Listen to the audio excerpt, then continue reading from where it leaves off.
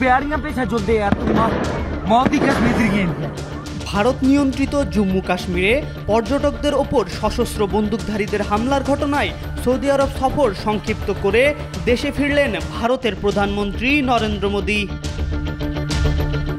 22 April গত মঙ্গলবার সংবাদ সংস্থা পিটিআই এর প্রতিবেদনে বলা হয়, কাশ্মীরের অনন্তনাগ জেলার পেহেলগামে হামলার জেরে বিদেশ সফর কাটছাট করে দ্রুত দেশে ফিরেছেন নরেন্দ্র মোদি। আগের সফরসূচি অনুযায়ী বুধবার রাতে ভারতের প্রধানমন্ত্রী দেশে ফেরার কথা ছিল, কিন্তু মঙ্গলবার জম্মু কাশ্মীরে পর্যটকদের ওপরে ভয়াবহ হামলার ঘটনার পর যত দ্রুত সম্ভব দেশে ফেরার সিদ্ধান্ত নেন নরেন্দ্র মোদি। সরকারি সূত্রের বরাত দিয়ে পিটিআই জানিয়েছে, পূর্ব নির্ধারিত সৌদি বাদশাহ আয়োজিত সরকারি নৈশভোজ অনুষ্ঠানে যোগ দেননি ভারতের প্রধানমন্ত্রী। মঙ্গলবার রাতেই জেদ্দা থেকে নয়াদিল্লির বিমান ধরেন নরেন্দ্র মোদি। এরপর বুধবার সকালেই ভারতে নামলেন। দিল্লি বিমানবন্দরে নেমেই কাশ্মীরের পরিস্থিতি নিয়ে জরুরি বৈঠকে বসেন তিনি। সেই বৈঠকে ছিলেন জাতীয় নিরাপত্তা উপদেষ্টা অজিত দোভাল, পররাষ্ট্রমন্ত্রী এস জয়শঙ্কর ও অন্যান্য কর্মকর্তারা। ভারতীয় সংবাদ মাধ্যমগুলো জানিয়েছে, মঙ্গলবার বিকেলে ভারত নিয়ন্ত্রিত কাশ্মীরের পেহেলগামে পর্যটকদের ওপর বন্দুকধারীদের হামলায় অন্তত 26 জন নিহত হয়েছেন। হিমালয়ের কোলে অবস্থিত মনোরম শহর পেহেলগামকে ভারতের সুইজারল্যান্ড হিসেবে বর্ণনা করা হয়। জনপ্রিয় এই পর্যটন নগরীতে এই হামলা 2009 সালে পুলওয়ামা হামলার পর কাশ্মীরে সবচেয়ে প্রাণঘাতী হামলা। এদিকে হামলার পরপরই সৌদি থেকে কেন্দ্রীয় স্বরাষ্ট্রমন্ত্রী অমিত শাহকে ফোন করে কাশ্মীরকে ঘিরে সুরক্ষা ব্যবস্থা তত্ত্বাবধানের নির্দেশ দেন মোদি। প্রধানমন্ত্রীর নির্দেশ পেয়ে রাতেই শ্রীনগরে পৌঁছে সেনা, আধা সেনা, পুলিশ ও প্রশাসনিক আধিকারিকদের সঙ্গে বৈঠকে বসেন শাহ। হামলায় জড়িতদের বিচারের আওতায় আনার ঘোষণা দিয়েছেন ভারতের প্রধানমন্ত্রী নরেন্দ্র মোদি। সামাজিক যোগাযোগ মাধ্যম এক্সে এক বিবৃতিতে তিনি বলেন, সন্ত্রাসবাদের বিরুদ্ধে লড়াইয়ের জন্য আমাদের সংকল্প অটুট রয়েছে এবং এটা আরও শক্তিশালী হবে। হামলার পর ঘটনাস্থল পেহেলগাম এলাকায় সেনাবাহিনী ও পুলিশ সদস্যদের মোতায়েন করা হয়েছে বলে ওই অঞ্চলের লেফটেন্যান্ট গভর্নর মনোজ সিনহা জানিয়েছেন। বার্তা সংস্থা রয়টার্স জানিয়েছে, এই হামলার দায় স্বীকার করেছে কাশ্মীর রেজিস্ট্যান্স নামের একটি সশস্ত্র গোষ্ঠী। সামাজিক যোগাযোগ মাধ্যমে তারা এই ঘোষণা দিয়েছে। MR আকাশ, আজকাল।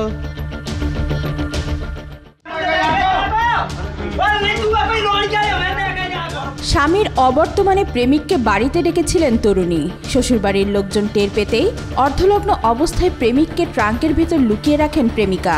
সন্দেহ হয় শ্বশুরবাড়ির লোকজন তরুণীর ঘরে তল্লাশি চালান।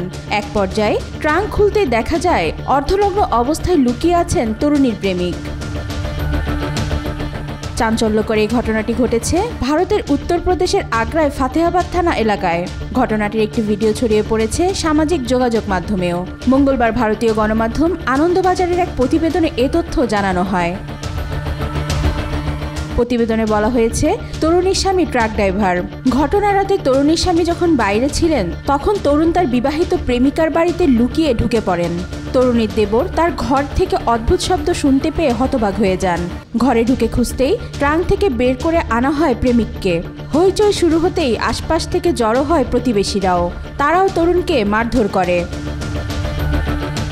প্রতিবেদনে আরও বলা হয়, ফাতেহাবাদ পুলিশকে খবর দিলে তারা ঘটনাস্থলে পৌঁছে প্রেমিককে গ্রেফতার করে। জিজ্ঞাসাবাদের সময় অভিযুক্ত প্রেমিক পুলিশকে জানিয়েছেন, প্রেমিকা নিজেই তাকে দেখা করার জন্য ডেকেছিলেন। ঘটনার ভিডিওটি নিতিন সবরঙ্গী নামের একটি এক্স হ্যান্ডেলে পোস্ট করা হয়েছে। ভিডিওটি ইতিমধ্যেই ছড়িয়ে পড়েছে অনেক অ্যাকাউন্ট থেকে, তবে ভিডিওটির সত্যতা যাচাই করেনি আনন্দবাজার।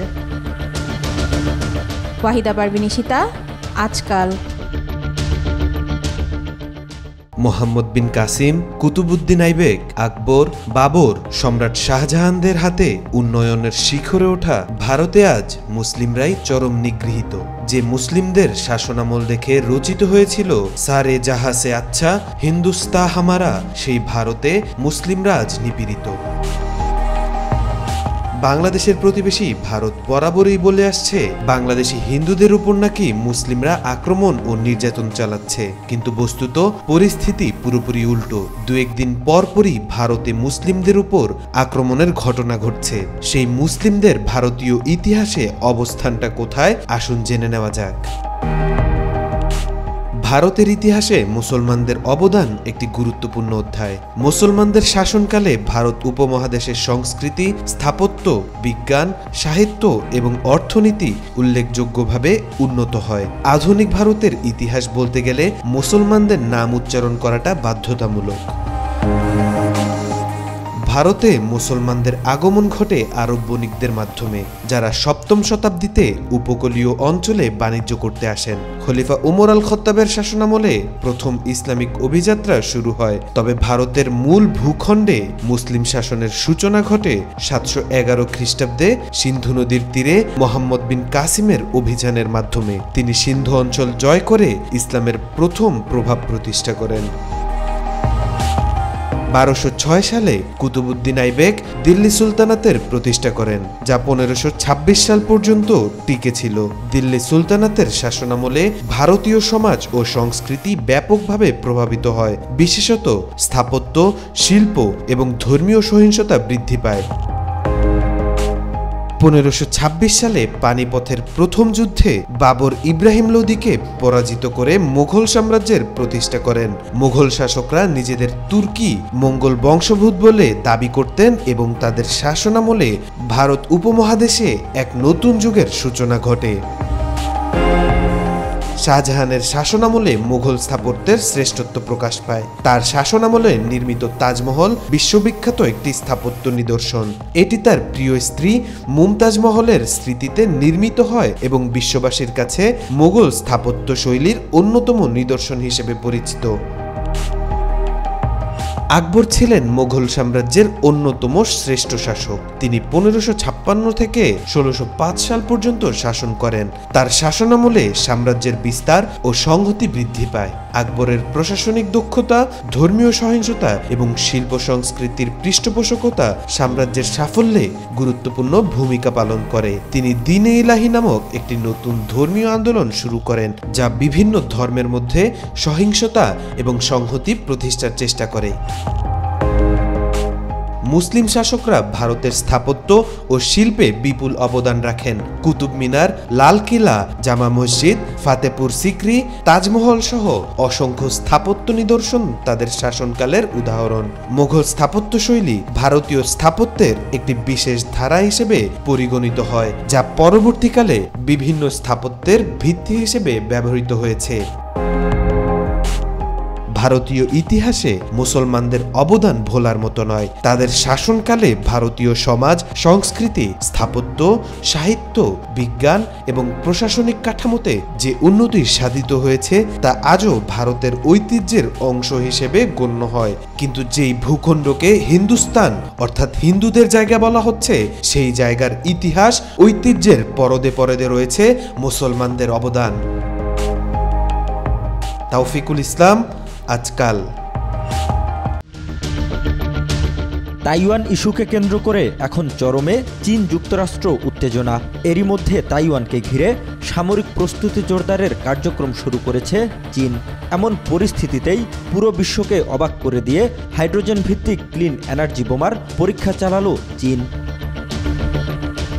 সম্প্রতি এই পরীক্ষা পরিচালনা করেছে চীনের সামরিক বাহিনী পিপলস লিবারেশন আর্মি PLA এবং এর পেছনে কাজ করেছে চীনা রাষ্ট্রীয় সংস্থা চায়না স্টেট শিপবিল্ডিং কর্পোরেশনের গবেষণা ইনস্টিটিউট। নতুন ধরনের এই বোমা পারমাণবিক নয়, তবে এটি অত্যন্ত উচ্চ তাপমাত্রার আগুনের গোলা তৈরি করতে পারে, যা 2 সেকেন্ড ধরে জ্বলতে থাকে। আর এই 2 সেকেন্ডেই ভয়ঙ্কর তাণ্ডব চালাতে পারবে এটি। ফলে খোলা জায়গায় ছড়িয়ে থাকা সেনাদের দমন, রাস্তাঘাট বা সেতু ধ্বংস কিংবা একটি নির্দিষ্ট লক্ষ্যবস্তুতে সার্জিক্যাল হামলার জন্য এটি কার্যকর হতে পারে। এতে ব্যবহৃত হয়েছে ম্যাগনেসিয়াম হাইড্রেট নামের একটি কঠিন হাইড্রোজেন ভিত্তিক উপাদান, যা প্রচলিত ট্যাঙ্কের তুলনায় অনেক বেশি হাইড্রোজেন সংরক্ষণ করতে পারে। বিস্ফোরণে তৈরি তাপ এতটাই শক্তিশালী যে এটি সহজেই অ্যালুমিনিয়াম গলিয়ে দিতে পারে। পরীক্ষায় দেখা যায় বিস্ফোরণের সময় উপাদানটি দ্রুত গরম হয়ে হাইড্রোজেন গ্যাস ছাড়ে, যা 1000 ডিগ্রি সেলসিয়াসের বেশি তাপমাত্রার আগুন তৈরি করে। বিশ্লেষকরা বলছেন, তাইওয়ান সহ দক্ষিণ চীন সাগরে ক্রমবর্ধমান সামরিক উপস্থিতির পরিপ্রেক্ষিতে এই ধরনের উন্নত প্রযুক্তির অস্ত্র চীনকে কৌশলগতভাবে আরও শক্তিশালী করবে। চলতি মাসেই চীন তাইওয়ান উপকূলে বড় পরিসরের যুদ্ধ মহড়া ও লাইভ ফায়ার ড্রিল চালিয়েছে। যদিও যুক্তরাষ্ট্র চীনের এসব কর্মকাণ্ডকে ভয় দেখানোর কৌশল হিসেবে অভিহিত করেছে, তবে চলমান উত্তেজনার মধ্যেই এমন পরীক্ষা চালিয়ে চীন স্পষ্ট করে দিয়েছে তারা শুধু পরমাণু নয়, যুদ্ধে আরও উন্নত বিকল্প কৌশলেও প্রস্তুত।